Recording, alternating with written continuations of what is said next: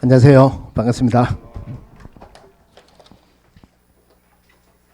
자, 저번 주에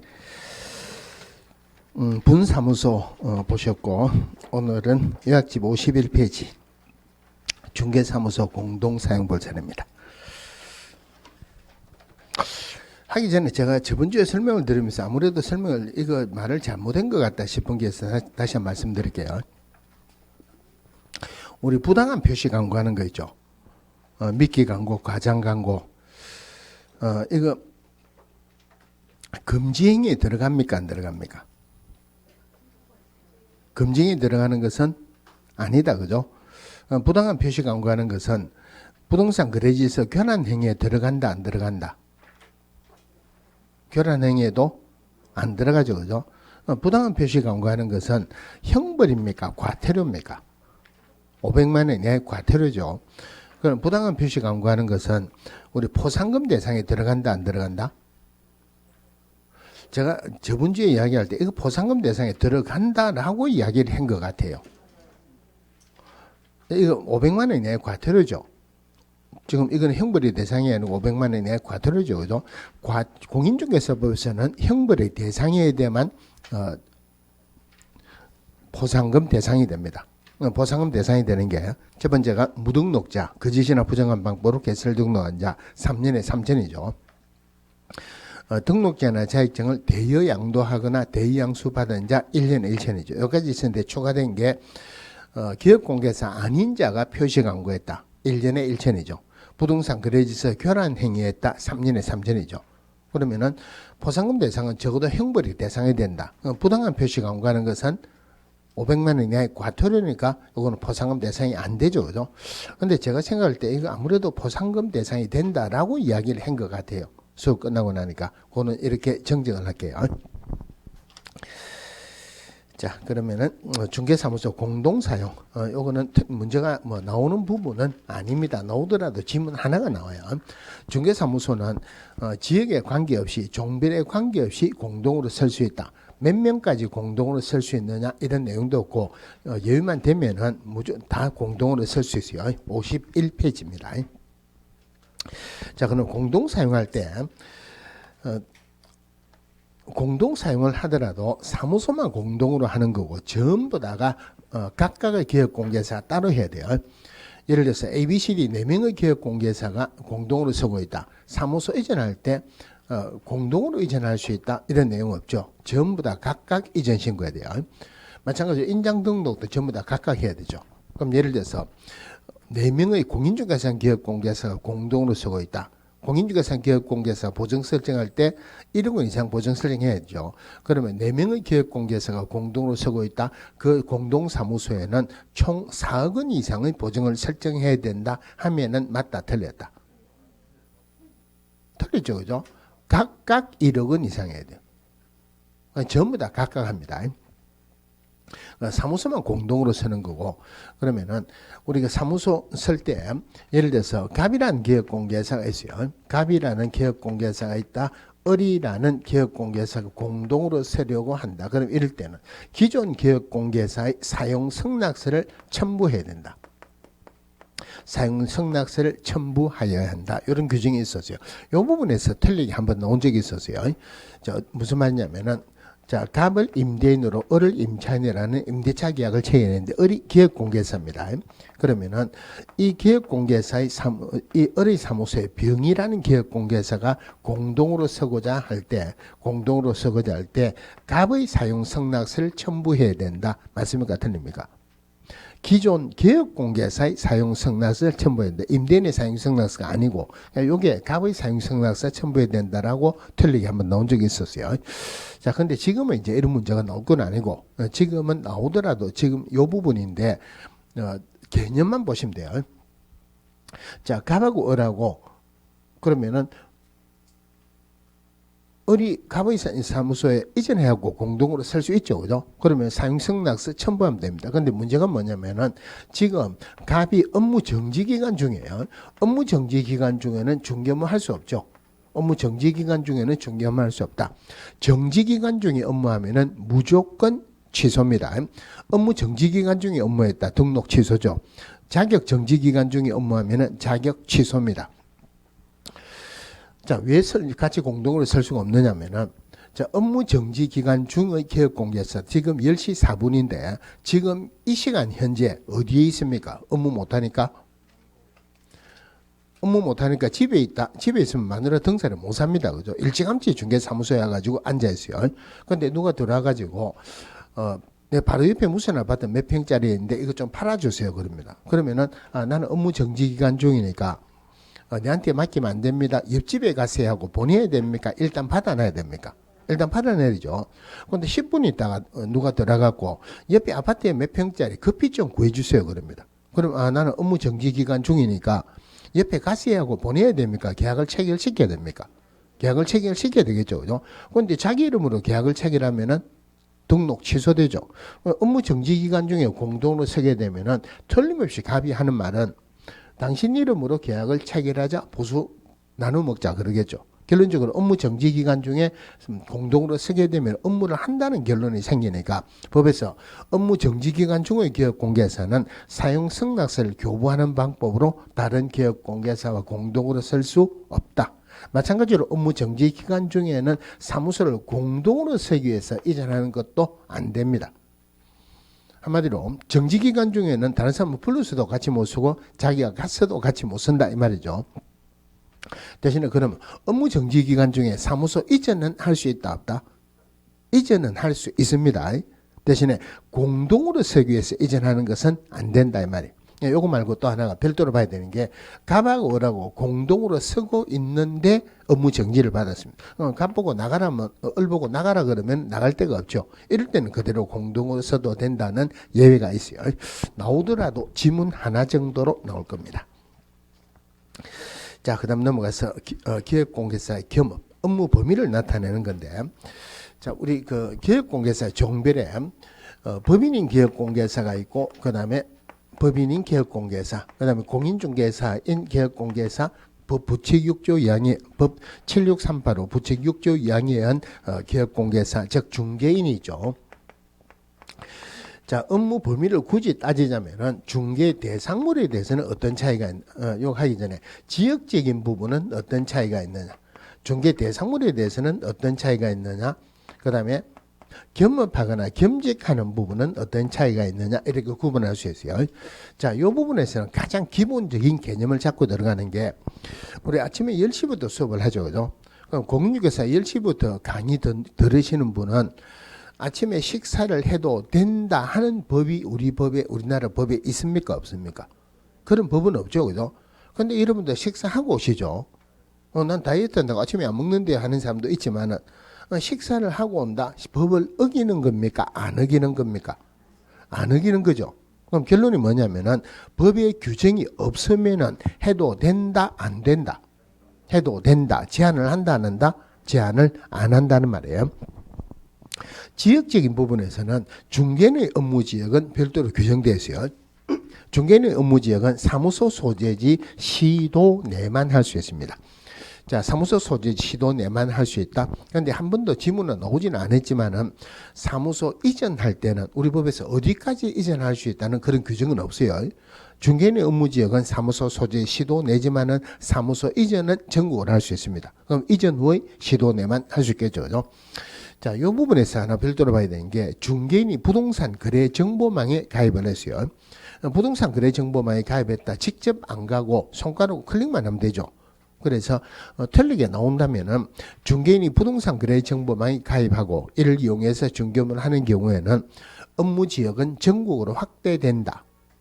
이건 틀리죠, 그죠? 왜냐면은 모든 중개 대상물이 부동산 거래 정보망에 공개되어야 되는 것은 아니다 이 말이에요. 부동산 거래 정보망에 공개된 것은 손가락으로 클릭만 하면 되니까 전국으로 확대됩니다. 즉 관할 구역 외의 것도 할 수 있다. 그런데 공개 안 된 것은 시도밖에 못하죠. 그래서 법에서 표현되기로는 중개인이 부동산 거래 정보망에 가입하고 이를 이용해서 중개업을 하는 경우에는 그 부동산 거래 정보망에 공개되어 있는 이 말이에요. 공개된 관할구역 외의 것도 할 수 있다. 공개된 것은 관할구역 외 전국을 할 수 있지만 공개 안 된 것은 시도밖에 못합니다. 결국은 부동산 거래정보망에 가입한다고 해서 업무지역이 전국으로 확대되는 것은 아니다. 물론 중개인이 공인중개사 기업공개사하고 사무소를 공동으로 설 수도 있죠. 그럴 때 업무지역은 어디까지로 한다? 그래도 시도밖에 안 돼요. 중개인도 소속공개사 둘 수 있죠. 중개인이 소속공개사를 둔다 하더라도 업무지역은 시도밖에 안 돼요. 그때 소속공개사도 시도밖에 못하겠죠. 나머지는 업무지역에 관한 규정이 없습니다. 그러면은 공인중개사는 기업공개사든 법인인 기업공개사든 분사무소든 특수법인이든 규정이 없다. 지역에 관한 규정이 없다. 규정이 없다는 말은 제한을 안 한다. 그죠? 제한을 안 한다. 어디까지 할 수 있다? 전국으로 할 수 있다. 그러니까 중개 대상물에 대해서는 애당초 규정이 없습니다. 어떤 기업공개사 어떤 걸 할 수 있고 어떤 기업공개사 못한다. 그런 규정이 없기 때문에 어떤 기업공개사도 차이 없이 전부 다 할 수 있습니다. 자, 제일 중요한 게 겸업하거나 겸직하는 부분이 할 수 있느냐면 이거는 개인하고 법인하고 반드시 구분을 해야 돼요. 자, 개인하고 법인하고 구분을 해야 되는데 개인인 기업공개사 우리 법에서는 겸업에 관한 규정이 없습니다. 규정이 없다는 말은 제한을 안 한다. 다른 말로 하면은 원칙적으로 겸업할 수 있다 없다? 겸업할 수 있다. 그죠? 여기 액면 그대로 지문에 한번 놓은 적이 있었어요. 개인인 기업공개사는 우리 법에서 겸업에 관한 규정이 없기 때문에 원칙적으로 겸업할 수 없다고 보아야 한다. 틀렸죠? 그죠? 겸업할 수 있죠? 그죠? 그럼 우리 법이나 다른 법에서 못하게 하는 거 말고는 전부 다 할 수 있다. 이 말이에요. 예를 들어서 공인중개사 기업공개사는 중개업하면서 세탁소 할 수 있다 없다? 할 수 있죠. 중개인은 중개업하면서 쌀장사 할 수 있다 없다? 할 수 있죠. 공인중개사 기업공개사는 중개업하면서 인신매매업 할 수 있다 없다? 인신매매 못하게 하니까 할 수 없다는 말이에요. 그러니까 우리 법이나 다른 법에서 못하게 하는 거 말고는 전부 다 할 수 있다. 그죠? 대신에 법인인 기업공개사는 우리 법의 규정이 딱 정해져 있어요. 자, 법인의 등록 요건 중요한 부분이니까 다시 한번 볼게요.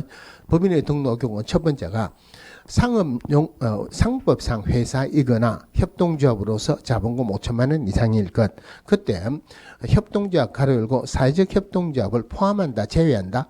제외한다. 사회적 협동조합은 영리를 목적으로 할 수 없기 때문에 어떤 법인의 등록 요건을 갖춘다 하더라도 등록을 안 해준다 그랬죠. 두 번째, 법 14조에서 규정된 것만을 목적으로 설립될 것. 하는 말은 14조에서 규정된 거 말고 하나라도 법인의 설립 목적에 들어가면 등록을 안 해준다는 말입니다.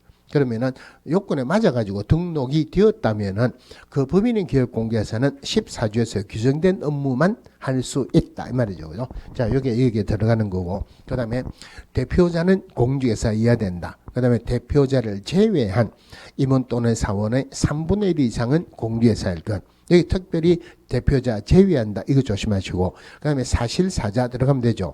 사진, 대표자 사진 들어가면 되고, 실무교육 받은 확인서, 실무교육은 임원이나 사원 얼마 이상입니까?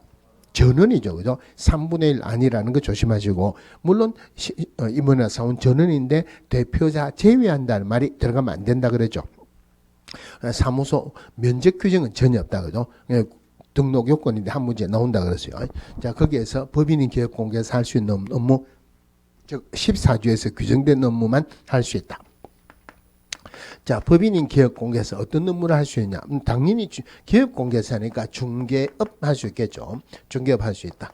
겸업할 수 있는 업무가 첫 번째가 상업용 건축물 그리고 주택의 임대관리 등 부동산 관리 등 할 수 있다. 자, 근데 결론은 부동산 관리 등이 결론인데 우리 법에서는 임대관리 말고는 어떤 게 부동산 관리 등이란 말이 없어요. 그러니까 임대관리가 훨씬 더 중요합니다. 그런데 임대관리를 할 수 있다 그렇지 임대업을 할 수 있는 것은 아니다. 물론 대상은 상업용 건축물 그리고 주택만 할 수 있다. 두 번째가 부동산의 이용, 개발 및 거래에 관한 상담, 컨설팅 할 수 있죠. 그럼 컨설팅이 첫 번째에도 말씀드렸지만 지문에 나올 수 있는 게 우리 법에서 나올 수 있는 게 법인인 기업공개사가 겸업할 수 있는 업무에 들어간다. 또 하나가 세탁소 하면서 중개업 하는 것은 중개업이다 아니다. 중개업 맞죠? 그러면은 컨설팅 하면서 중개업 하는 것은 중개업이다 아니다. 중개업 맞죠? 그게 지문에 나오기로는 컨설팅에 부수해서 중개업이 이루어진다 하더라도 중개업에 해당될 수 있다. 그죠? 또 다르게 표현하면은 컨설팅에 부수해서 중개가 계속 반복적으로 이루어진다. 이것도 중개업에 해당될 수 있다. 나올 수 있는 질문이 이렇게 두 개가 있어요. 자, 세 번째가 중개업에 관한 경영 기법이나 경영 정보 제공할 수 있죠. 경영 기법이나 또는 경영 정보 제공할 수 있는데 중개업은 합법적으로 누구만 할 수 있다? 기업공개사만 할 수 있죠. 기업공개사 아닌 자가 중개업을 처벌받죠.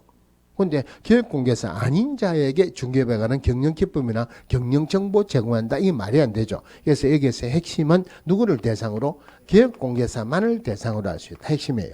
그러면은 자, 기업공개사 댁에서 개인이 기업공개사 댁에서는 지금은 자격증을 따야 되죠. 실무교육도 받아야 되죠. 이거 맞는 거 보세요.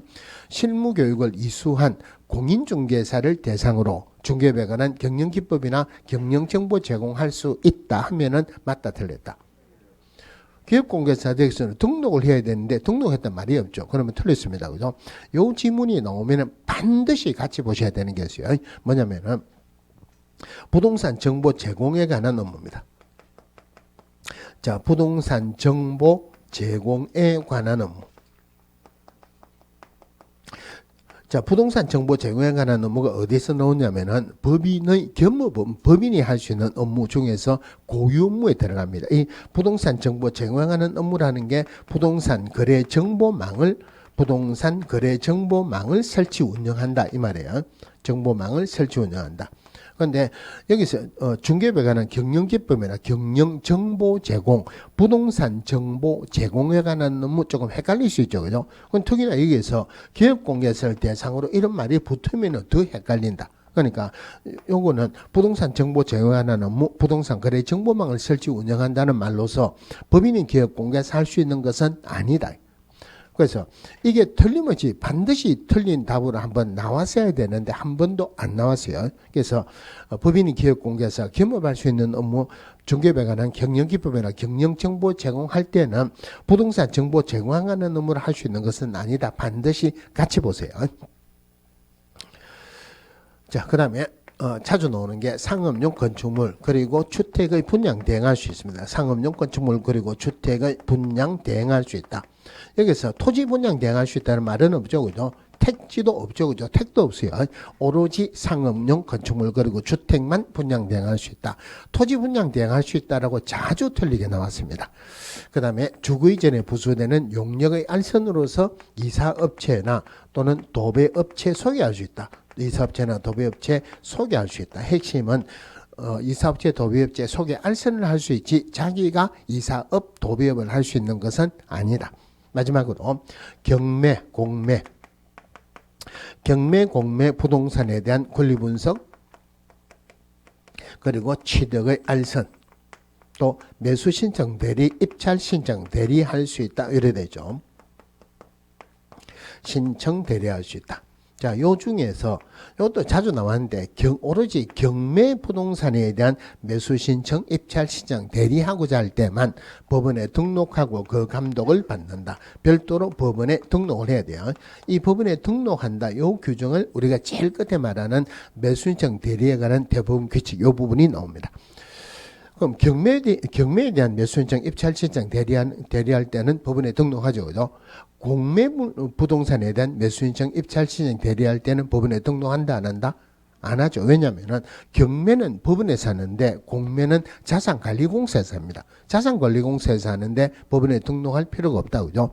마찬가지로 경매 공매 부동산에 대한 권리분석 취득의 알선할 때도 법원에 등록할 필요는 없습니다.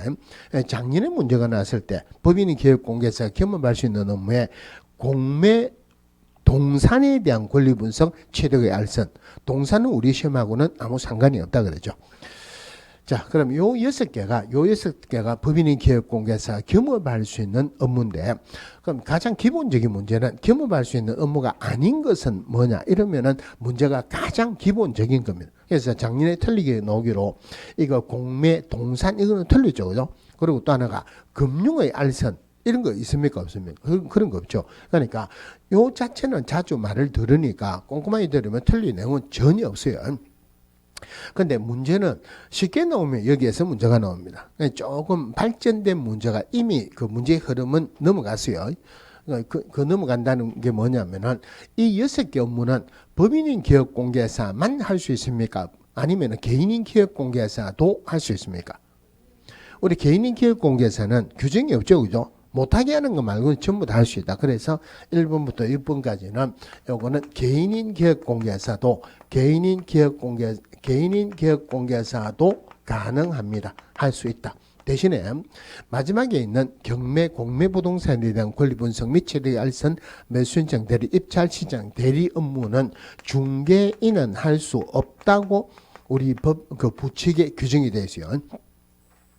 다른 말로 법인인 기업공개 지문이 어떻게 하면 나왔냐면은 법인인 기업공개사 할 수 있는 모든 업무는 모든 개인인 기업공개사가 할 수 있다. 맞다 틀렸다? 중개는 못한다 그랬죠. 모든 업무를 할 수 있는 것은 아니다. 그죠? 그럼 이거는 중개는 못한다. 요거 법인인 기업공개사 전부 다 할 수 있죠.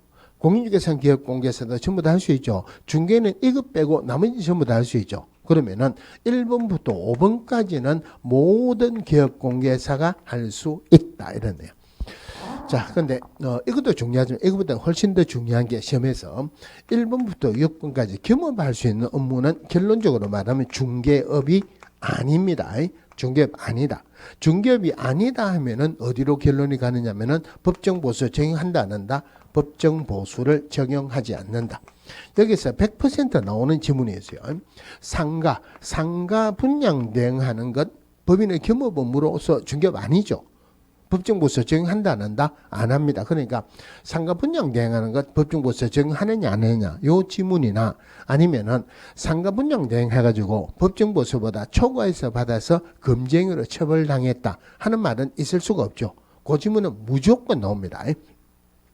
굳이 하나 더 보자면은 우리 특수법인 법에서 시험에서는 특수법인은 안 나오고 뭐라고 나오냐면은 다른 법률의 규정에서 중개업할 수 있는 법인이다 이래 나와요. 그런데 이 6개는 중개업 아니죠. 중개업 아니다. 다른 법률의 규정에서 중개업 할 수 있으니까 중개업 아닌 것은 할 수가 없다. 그죠? 특수법인은 1번부터 6번까지는 특수법인은 할 수 없습니다. 특수법인은 할 수 없다. 그래서 나오면은 이 안에서 나올 거예요. 그럼 법인의 겸업 업무를 위반했다. 핵심적인 단어가 뭡니까? 겸업 업무를 위반했다. 법인의 겸업 업무 위반했다. 핵심적인 단어가 겸업. 첫 글자 뭐랄까요? 겸. 그래서 상대치수에 공정이 3회 정보권에는 겸업하고 이렇죠. 그죠? 이 규정을 위반하면은 등록을 취소할 수 있다. 이렇습니다. 질문 한번 하고 갈게요. 우리 공인중개사법 내용하고 우리 그 매수인정 대리에 관한 대부분규칙 내용하고 기본적인 내용은 똑같다 그랬죠. 그러면은 자 공인중개사법에서 법인인 기업공개사는 보정 설정 얼마 이상 해야 됩니까? 2억 원 이상 해야 되죠. 매수인정 대리에서 법인은 얼마 이상 해야 된다? 똑같습니다. 2억 원 이상이에요. 공인중개사 인기업공개사 공인중개사법에서 보정 설정 얼마 해야 됩니까? 1억 원 이상 해야 되죠. 매수인정 대리할 때 얼마 이상 해야 된다? 1억 원 이상 해야 되죠. 중개인은 공개사법에서 1억 원 이상 보정 설정해야 되죠. 중개인은 매수인정 대리할 때 얼마 이상 보정 설정해야 된다? 할 수 없죠. 그러니까 1억 원 이상 보정 설정해야 된다? 이런 말이 나오면 안 되죠. 그죠? 지역농업협동조합은 우리 공개사법에서 보정 설정 얼마 해야 된다? 1,000만 원 이상이죠. 그럼 지역농업협동조합이 매수인정 대리할 때 얼마 이상 보정 설정해야 된다? 매수인정 대리 할 수 없다. 중개인도 할 수 없죠. 지역농업협동조합도 할 수 없다. 그 1,000만 원 이상 보정 설정해야 된다. 이러면 안 된다 이 말이에요. 자, 법인인 기업공개사 할 수 있는 업무. 자, 요거 한 문제 줄여 놓습니다. 자, 그 다음에 고용인입니다. 고용인 들어가기 전에 질문 한번 하고 들어갈게요. 고용인이 되기 위해서 고용신고 전 1년 이내 실무교육을 받아야 한다. 맞죠? 다시요. 고용인이 되기 위해서 실무교육을 받아야 된다? 틀리죠. 문제에서 고용인이라 나온다 하더라도 여러분들이 생각을 할 때는 한꺼번에 고용인을 하지 말고 항상 소속공개사, 중개보존 나누어 생각하세요. 그럼 소속공개사 되기 위해서는 실무교육을 받아야 되고 중개보존이 되기 위해서는 직무교육을 받아야 됩니다. 자, 그럼 하기 전에 자, 고용인을 고용하는 데는 아무런 제한은 없습니다. 해도 되고 안 해도 되고 1000명을 해도 되고 10,000명을 해도 되고 아무런 제한은 없습니다. 물론 결격사에는 해당되지 않아야 된다죠. 자, 고용 신고를 하는데 고용 신고를 합니다. 자, 고용 신고할 때 소속 공개사를 고용 신고할 때 원래는 실무 교육 받아야 되죠. 중개 보조는 직무 교육을 받아야 되죠. 근데 고용 신고할 때 교육받은 확인서 첨부를 안 합니다. 또 소속 공개사 고용 신고할 때 공인중개사 자격증 사본도 첨부를 안 합니다. 그럼 다른 말로 고용 신고할 때 첨부하는 서류가 없다는 말은 전자문서로 할 수 있다 없다? 전자문서로 할 수 있다 그죠? 자, 그럼 고용 신고할 때 첨부하는 서류가 없다는 말은 고용관계 종료 신고할 때도 첨부하는 서류가 당연히 없겠죠. 그러면 전자문서로 할 수 있죠. 그런데 문제는 우리 교재에도 나중에 그런 말이 나오는데 고용관계 종료 신고는 법에서는 전자문서를 할 수 없는 거로 되어 있어요. 그런데 이거는 너무 신경 쓰지 마세요. 교재마다 전자문서를 할 수 없다고 파란 거로 적어놓은 교재가 많은데 그거는 문제는 안 나옵니다. 절대 나올 수가 없어요. 한 번은 누가 인터넷으로 다른 교수님한테 질문한 걸 봤는데 분명히 수업 시간에는 고용관계 종료 신고는 전자문서를 할 수 없다고 굉장히 강조를 하던데 내가 중개보조원으로 있는데 우리 중개사무소에서 고용관계 종료 신고를 전자문서로 했습니다. 하더라고요. 이건 어떻게 되는 겁니까? 설명을 해주세요. 설명을 할 수가 없습니다. 그냥 있으면 설명을 못해요. 이게 무슨 말이냐면은 우리 법에서는 전자문서로 하여야 한답니까? 할 수 있답니까? 할 수 있다. 그러면은 그것만 전자문서로 할 수 있다고 별도로 나와 있는 게 아니고 신고하여야 한다. 가로 열고 전자문서를 포함한다. 이래 됐어요. 고용신고 하는데 전자문서를 포함한다. 고용관계 종료신고 언제까지 해야 된다. 전자문서를 포함한다라고 넣어야 되는데 그게 누락이 됐어요. 법적으로는 전자문서를 할 수 있다고 말이 없으니까 안 되죠. 그죠? 법이 누락이다. 실제로는 전자문서로 합니다. 그런 것들은 문제가 안 나와요. 그럼 전자문서를 한다 해야 됩니까? 답은 못한다고 해야 됩니까? 실제로는 하고 있다는 말이에요. 법에서는 할 수 있다는 말이 없죠. 그죠? 그런 것들은 결론은 문제가 안 나온다는 말이에요. 법이 누락이 되어 있기 때문에 법이 잘못된 거예요. 자, 그럼 고용신고를 하고 고용관계 종료신고를 합니다. 그죠? 그러면은 고용신고를 하고 난 뒤에 고용관계 종료신고를 하는데 여러분들이 공부를 할 때는 고용관계 종료부터 먼저 보세요. 그러면 고용관계 종료도 하기 전에 종료되기 전에 고용관계 종료신고를 하면은 문제가 될 수도 있죠. 고용관계 종료되기 전에 고용관계 종료신고를 먼저 해놨어요. 그 고용인이 알았다. 기분 나쁘겠죠.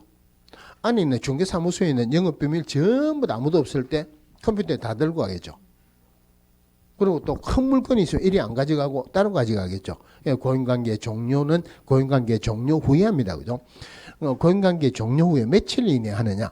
원래 공무원이 하는 거는 7일, 개업공개상 10일이죠.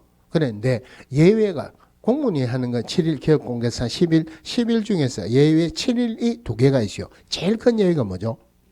인장 변경 등록. 또 하나가 정보 공개. 전속 중개계약 체결했을 때 정보 공개. 이거 7일이죠. 그죠? 예외가 아니죠. 예외가 아니다 하는 말은 원칙 그대로 며칠 이내? 10일 이내. 그래서 고용관계 종료 신고는 고용관계 종료 후 10일 이내 신고합니다. 고용신고도 원래는 고용 후 10일 이내 신고해라고 했는데 그러니까 이 법 규정 때문에 고용신고를 안 하는 거예요. 왜냐하면 고용을 해놓고 신고를 안 합니다.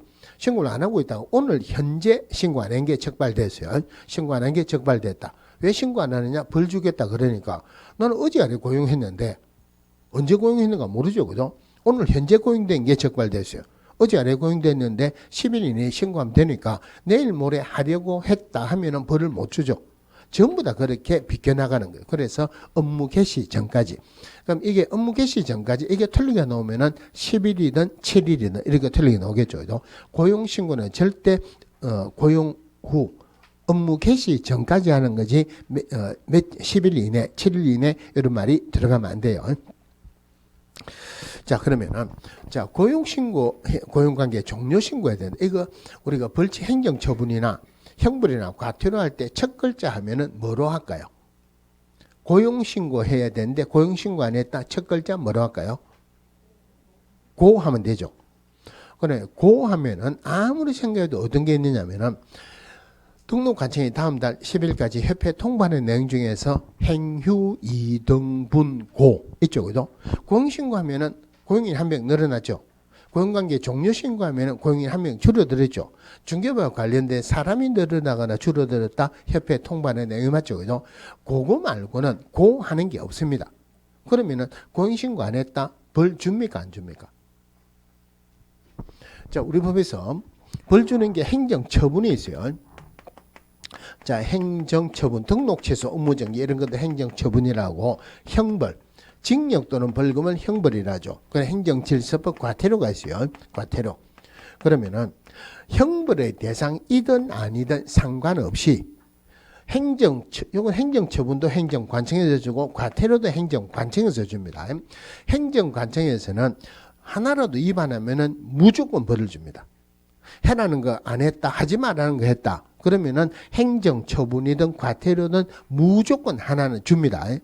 그런데 여기 아무리 생각해도 고가 없죠. 고용신고 안 했다 벌 준다는 말입니까? 안 준다는 말입니까? 아까 위반하면 무조건 벌을 준다 그랬죠. 그런데 여기에도 고 없거든요. 근데 고 없다 그러니까 고 있는 것 같은데 어디 있죠? 이러니까 100만 원 이하의 과태료에 문등표 휴게사 보자고 그런 거 없습니다. 고 없으면은 뭐라 하냐면은 행정처분의 업무정지에 보면은 민의 2회 결석하면 성전한 범임이 자 명한 것이 공정하다. 기타 명령위반. 법에서 해라 했는데 여기에도 없고 여기도 없는 것은 전부 다 기타 명령 위반으로서 6개월 이하의 업무정지 중에서 1개월짜리. 그래서 여기 이쪽에 안 들어가 있는 거는 전부 다 기타 명령 위반 벌을 줍니다.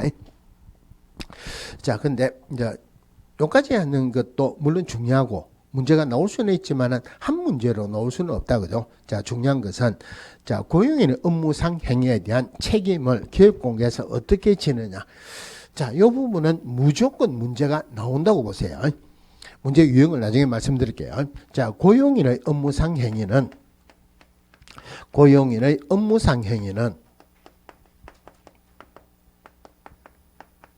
그를 고용한 기업공개사의 행위로 본다. 기업공개사 행위로 본다 하는 말은 추정한다, 간주한다, 뭐하고 똑같습니까? 간주한다지 추정한다고는 완전히 내용이 다른 말이에요. 자, 고용인의 업무상 행위의 결과 어린이 재산상 손해가 발생했든지 형벌의 대상이 되든지 이거 누가 그 행위를 한 거로 본다? 기업공개사 행위를 한 거로 본다는 말이에요. 그럼 고용인도 벌을 받지만 기업공개사도 벌을 주겠다. 즉 고용인 때문에 벌을 안 받으려면 고용인 관리 감독을 잘 해라 이 말이에요. 고용인의 업무상 행위의 결과 첫 번째 어린이 재산상 손해가 발생했어요. 어린이 재산상 손해가 발생했다. 그러면은 이거 고용인이 잘못했죠. 누가 잘못된 거로 본다? 기업공개사 잘못된 거로 본다. 궁극적으로 손해배상 책임은 누구에게 있다? 기업공개사에게 손해배상 책임이 있다. 그죠? 자, 기업공개사 손해배상 책임이 있는데 손해배상 책임이 있다. 이제 문제가 되는 거는 뭐냐면은 기업공개사가 잘못한 게 전혀 없습니다. 기업공개사가 고의나 과실이 전혀 없어요. 그러면은 기업공개사는 손해배상 책임이 있다 없다? 그래도 있다. 그죠? 고용인이 잘못했고 기업공개사 잘못된 거로 보니까 기업공개사가 잘못된 게 전혀 없어도 책임이 있다. 기업공개사 입장에서는 무과실 책임입니다. 자, 무과실 책임이다. 이 부분이 지금까지 전체적으로 보면은 제일 틀린 답으로 많이 나온 거예요. 자, 그러면은 책임이 없어도 과실이 없어도 책임을 진다 그랬죠. 그럼 어린이는 고용인이 잘못했으니까 고용인에게 물어달라 그러겠죠. 안 물어주면은 기업공개사가 그 행위를 한 거로 봐가지고 기업공개사가 물어달라 해도 되고, 처음부터 기업공개사가 그 행위를 한 거로 봐가지고 처음부터 기업공개사에게 물어달라고 해도 됩니다. 아니면은 고용인하고 기업공개사에게 연대해서 물어달라고 해도 된다. 이것은 민법에서는 부진정 연대 책임이라고 해요. 자, 부진정 연대 책임. 부진정 연대 책임 하에서 기업공개사 물어주면은 고용인에게 당신 때문에 물어줬으니까 내 나라 구상권을 청구할 수 있어요. 그럼 부진적 연대 책임이다. 구상권을 청구할 수 있다 하는 말은 기업공개사에게 책임이 있다고 해서 고용인에게는 책임이 없는 것은 아니다. 그죠? 고용인의 책임이 있습니까? 없습니까? 고용인도 책임이 있습니다. 이것도 자주 나왔어요. 고용인도 책임이 있다. 이것도 자주 나왔고. 자, 근데 문제의 흐름은 이제는 형벌적으로 문제의 흐름이 올라가고 있어요. 자, 고용인의 업무상 행위 결과 형벌의 대상이 되었습니다. 자, 형벌의 대상이 되었다. 그러면은 고용인은 우리 법에 나와 있는 그대로 징역 또는 벌금을 받겠죠. 징역 또는 벌금을 받는다. 그럼 기업공개사 잘못된 걸 보니까 기업공개사에게도 벌을 줄 건데, 근데 기업공개사가 고용인 때문에 징역을 받는 것은 너무 심하죠. 그래서 고용인이 징역을 받아도 기업공개사는 벌금을 받고, 고용인이 벌금을 받아도 기업공개사는 벌금을 받는다. 벌금을 양벌 규정입니다. 다른 말로 기업공개사는 고용인 때문에 징역받는 경우는 있다 없다? 고용인 때문에 징역받는 경우는 없다. 그죠?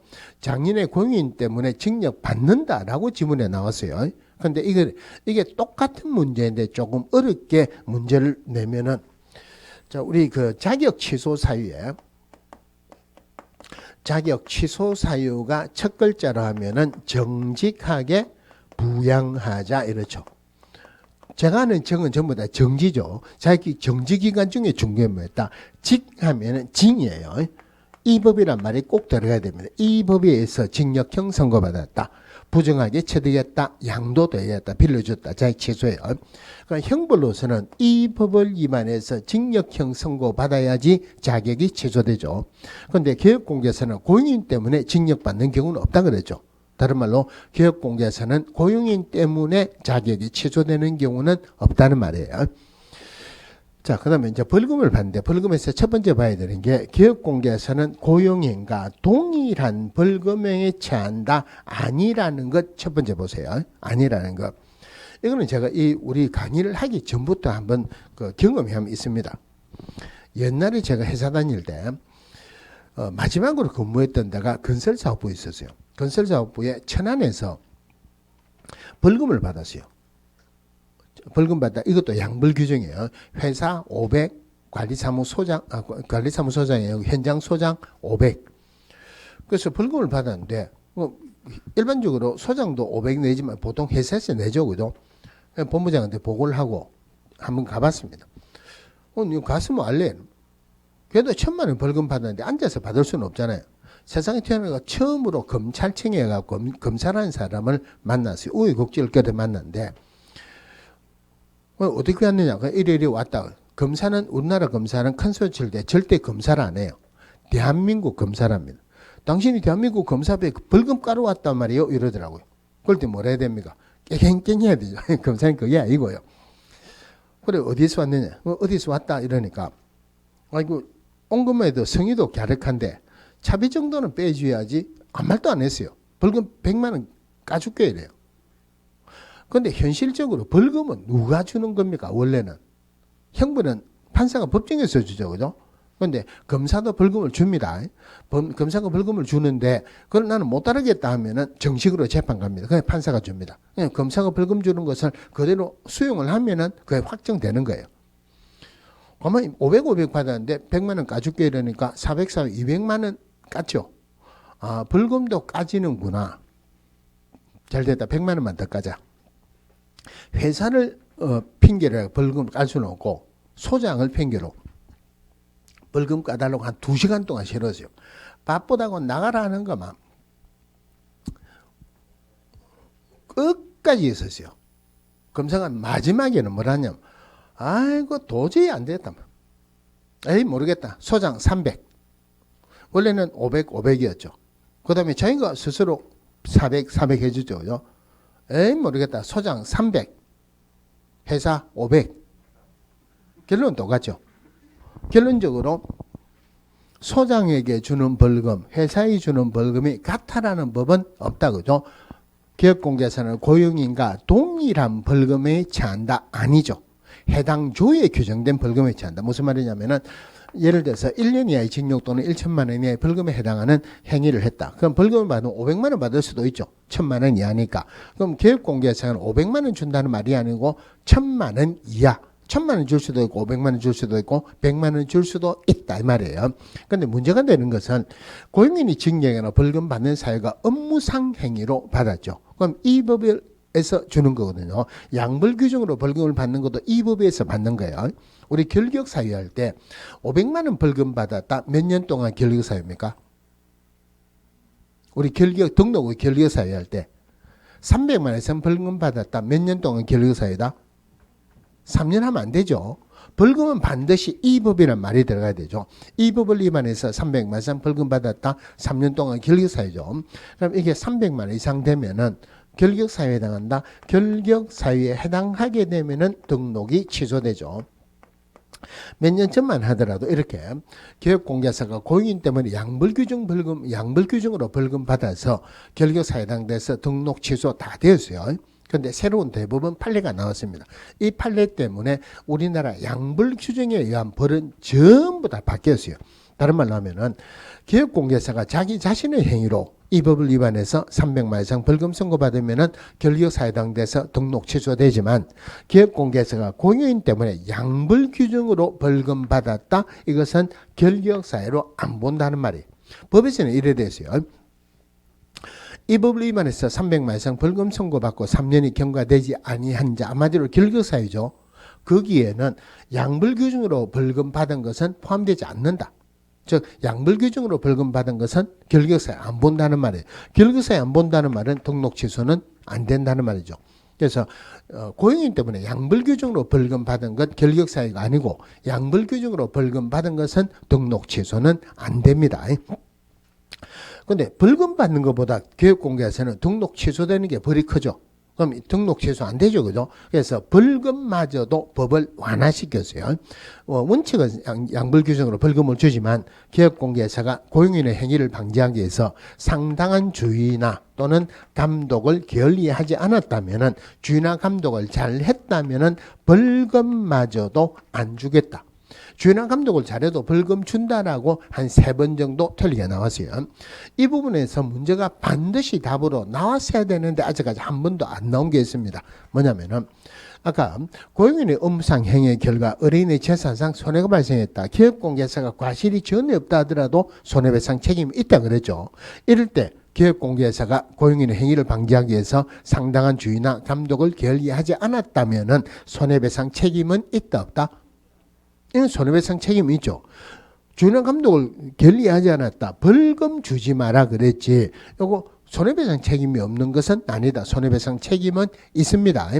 또 하나 봐야 되는 게 벌금이 양벌 규정이지 과태료는 양벌 규정이 아닙니다. 그리고 고용인이 고용인에게 과태료 준 건 원래는 없었어요. 지금 딱 하나 있습니다.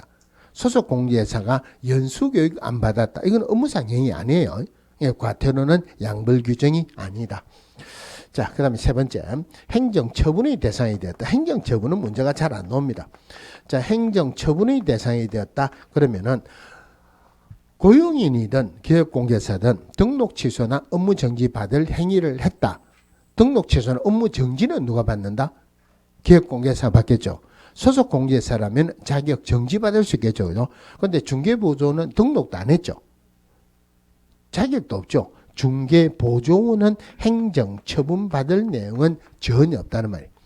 자, 그럼 결국이 고용인의 행위는 그를 고용한 교육공개사 행위로 본다. 이런 맞죠? 고용인의 행위는 그를 고용한 교육공개사 행위로 본다.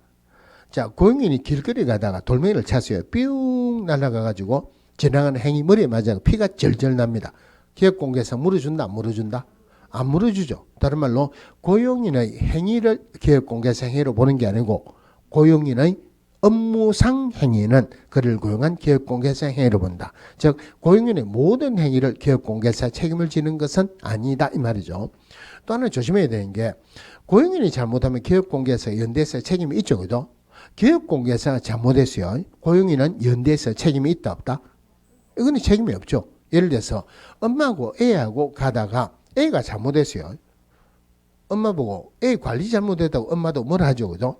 근데 엄마하고 애하고 가는데 엄마가 잘못했어요. 애 보고 엄마 관리 왜 이래 했냐고 애 뭐라 합니까? 안 뭐랍니까? 안 뭐라죠. 그죠?